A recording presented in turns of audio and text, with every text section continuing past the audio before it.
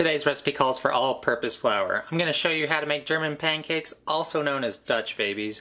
This is a really simple breakfast, and it only takes a few ingredients to make these. So with that said, let's get started.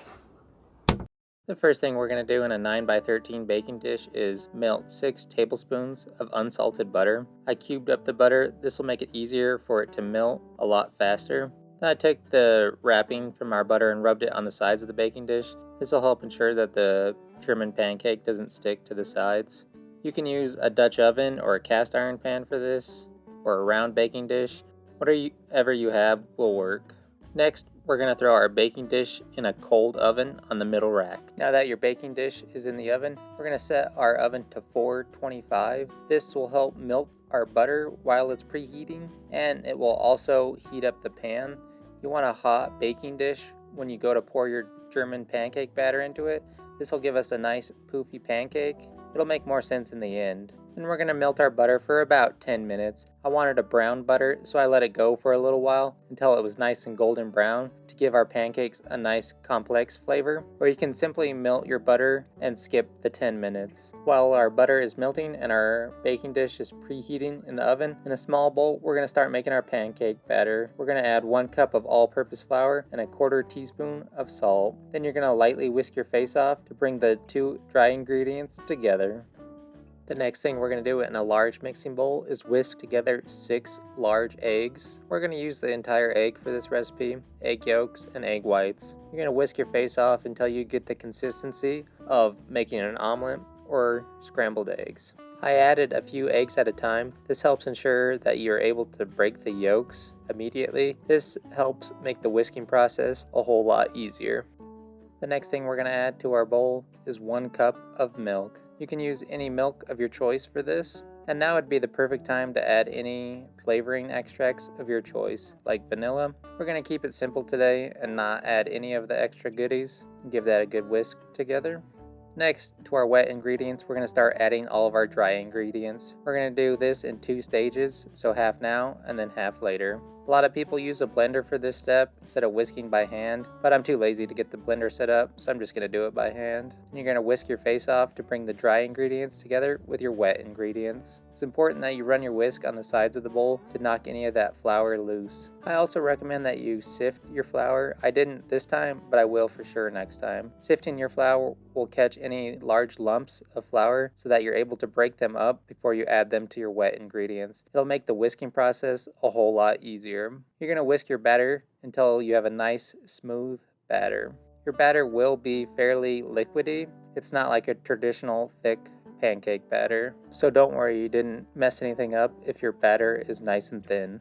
There's the huge debate if you should add your wet ingredients to your dry ones or your dry ingredients to your wet. I think it's a lot easier to combine the 2 ingredients if you add the dry ingredients to your wet ingredients.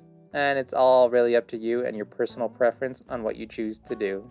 Don't worry about over whisking your batter either. Some say that the gluten will start to form, but I whisked mine for quite a bit and nothing happened, so you should be okay. Now that you have your batter made, grab your hot pan out of the oven with your melted butter and ensure that your pan is evenly coated with that butter.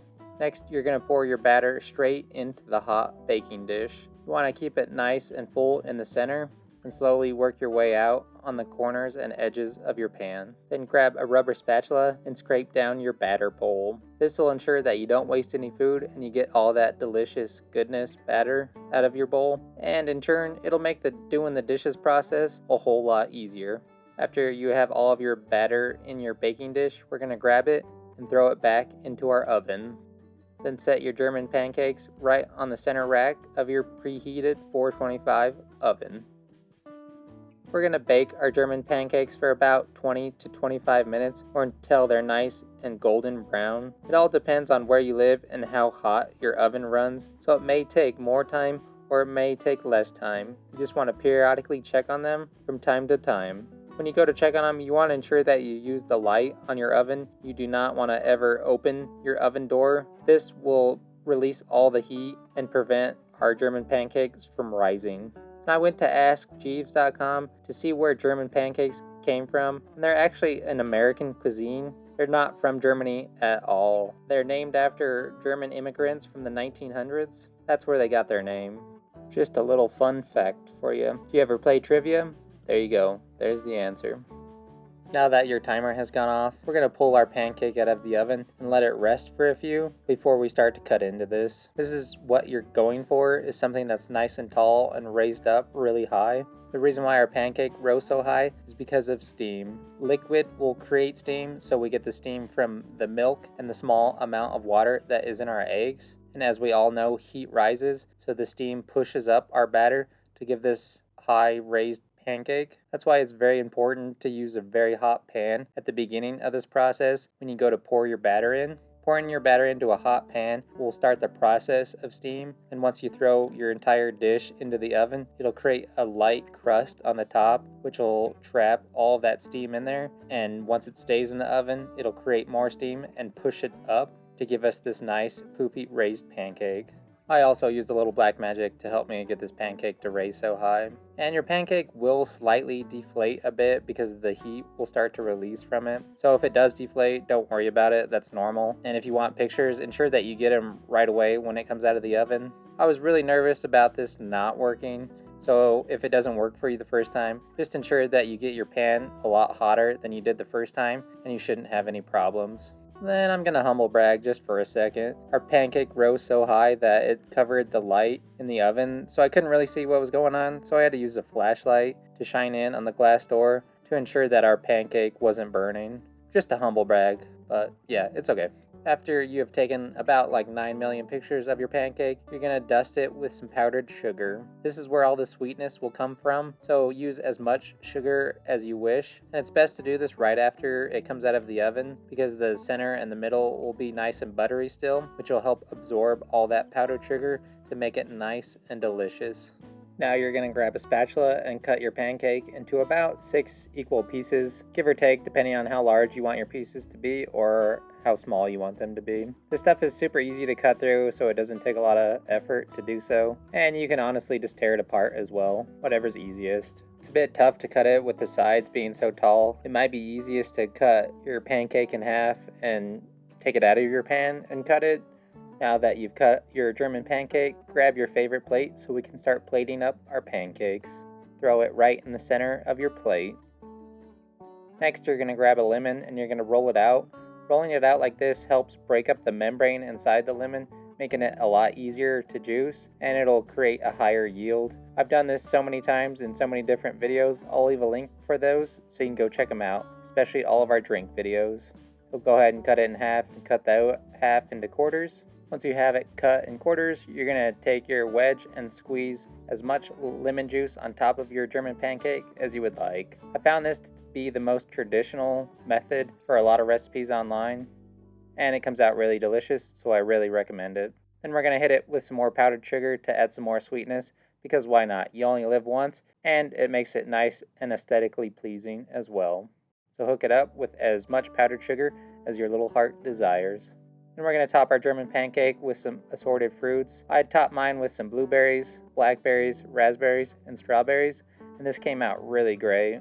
Put on as much as you choose, and it would be cool to add some fresh mint to give it a nice pop of color and some more freshness as well. And I won't show it, but I eventually just picked up the pancake and folded it like a taco and ate it like that. It was a lot easier instead of using a fork. Then we'll top that fruit with a little bit more powdered sugar just to give it a nice little look. Alright, now that our German pancakes are done, let's give them a shot. So I've never heard of German pancakes till recently when my mom told me about them. So I was super excited to try to make them. I'm even more excited to taste them. They came out nice and golden brown and nice and poofy like it should have. Then the powdered sugar and the fruit really rounds it out to make it really aesthetically pleasing. So I'm super excited to try these. Let's do it. Gotta get another bite. Hold on. This one has a little bit more fruit.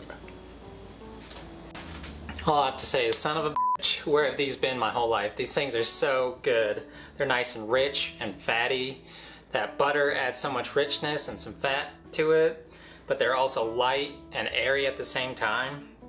And then it has that nice crunchy texture from the top that rose really high, but then the center is still nice and tender and soft. They're not too sweet, so The more powdered sugar you add, the sweeter it's going to be, of course. It's just perfect. I don't think they're too sweet and not sweet enough. It's just right in the middle. Then that lemon juice that we added helps cut through all that richness from the fat and that sweet that we added. Then the fresh fruit adds some freshness and some brightness to the whole thing. These are really, really good. Alright, that's it for today's video. This recipe is super simple and there's not a whole lot of ingredients to them. So you can slap this breakfast together real quick before you have to go to work or send the kids off to school. And you can make 2 to 3 pans of these things and feed a truckload of people in no time. You can garnish these with pretty much whatever you like. Maybe some homemade fresh whipped cream or a different set of fruits, or top it with some of that fresh peach simple syrup from our peach cobbler video. That also sounds really delicious. Hopefully you enjoyed today's video. Thanks for watching. I'm gonna make like 10 or more pans of these things because this is my new favorite thing now. So we'll see you in the next one. Today's recipe calls for all-purpose flour. I'm gonna show you how to make German pancakes. Check.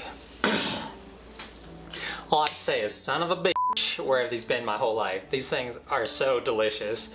They're nice and rich and buttery and just good.